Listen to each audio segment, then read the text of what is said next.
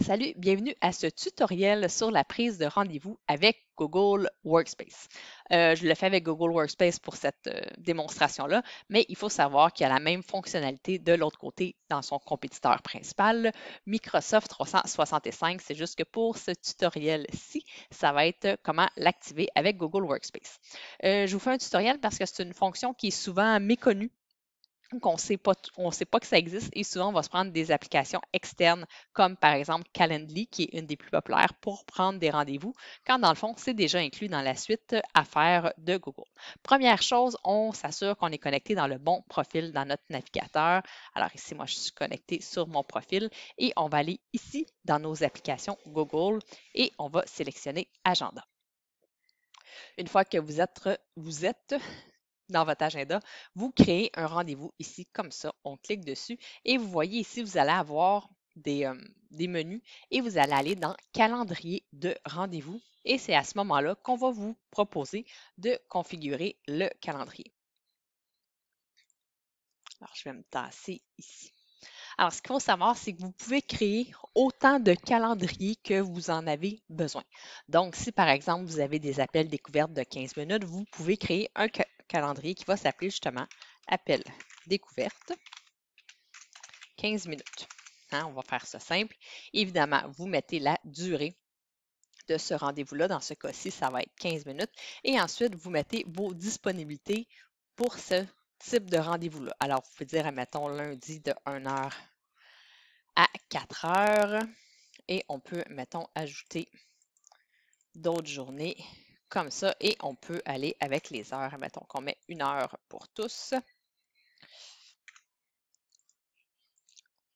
par exemple. Fait qu'on peut vraiment aller décider chaque jour quelle plage horaire on veut pour ce type de rendez-vous-là. Ensuite, vérifiez que vous êtes bien dans le bon fuseau horaire. Et ensuite, vous avez des options sur quand c'est possible de prendre rendez-vous. Alors, est-ce que vous êtes disponible maintenant? Est-ce que c'est une période limite? Vous avez ce genre de rendez-vous-là du 1er au 31 août, par exemple, parce que c'est une promotion. Ça peut être quelque chose qu'on peut rajouter aussi. Après ça, le temps avec lequel les gens peuvent réserver avec vous d'avance. Ici, il y a 60 jours. Moi, personnellement, 30 jours, je trouve que c'est suffisant. Et aussi la fenêtre minimum de temps, ça aussi, c'est très important. Moi, souvent, je vais mettre 48 heures.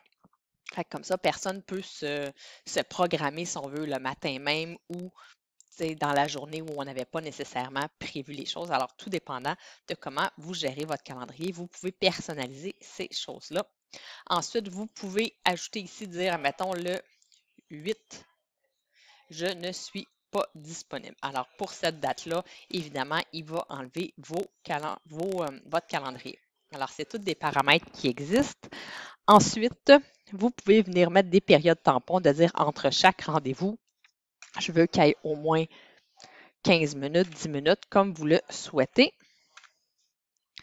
Nombre de maximum de réservations par jour. Encore là, vous pouvez dire 4 maximum. Après 4, on arrête. Et à autorisation, si les gens qui prennent rendez-vous avec vous peuvent inviter d'autres personnes. Alors, vous pouvez le cocher ou le décocher selon ce que vous voulez. Finalement, au niveau des agendas, évidemment, éviter les conflits d'horaire. Alors, on laisse la case activée, à moins que vous voulez vraiment désynchroniser par rapport à votre agenda. Ça va pouvoir, les plages où vous avez d'autres agendas, où vous êtes occupé, bien, ça va tomber non disponible. Alors, c'est les configurations. Ensuite, on fait suivant.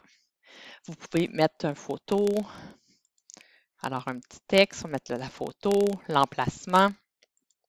Alors ici, évidemment, si c'est en virtuel, on met le lien de Google Meet et une petite description, appel découverte de 15 minutes. Ensuite, vous pouvez aussi, si vous voulez faire un petit formulaire, alors c'est quand même assez de base, mais nom, prénom, adresse courriel, vous pourriez ajouter, vous voyez, des éléments personnalisés aussi, la raison de la rencontre ou de l'appel ou ces choses-là, ou personnaliser cette partie-là aussi.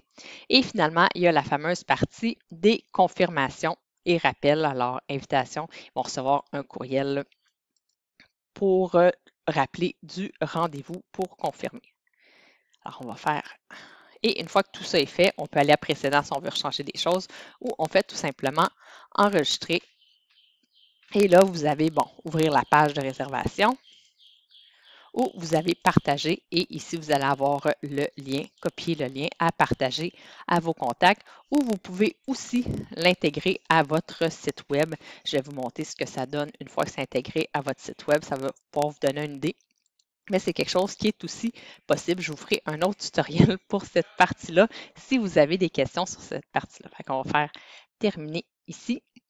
Et on peut faire autant d'agendas qu'on veut. Là, j'ai fait un appel découverte de 15 minutes, mais je pourrais en faire un autre pour des rencontres d'une heure, pour des rencontres clients. On peut en faire vraiment le nombre qu'on veut. Et quand les gens arrivent dans notre lien, bien, ça tombe là-dessus. Toutes les plages horaires sont disponibles. Ils sélectionnent, ils rentrent leurs choses et ils font réserver. Ça permet vraiment de prendre rendez-vous avec vous. Je vais vous montrer l'intégration dans le site web. Quand c'est intégré au site web, ça va ressembler à ça.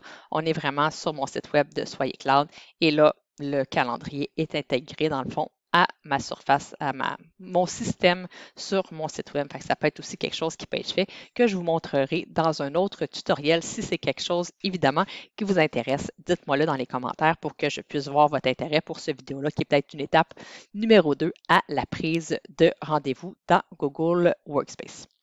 Alors, ça fait le tour. Si vous avez des questions, commentaires, vous pouvez les mettre en dessous de la vidéo et je viendrai y répondre avec plaisir. Alors là-dessus, je te souhaite une super belle journée.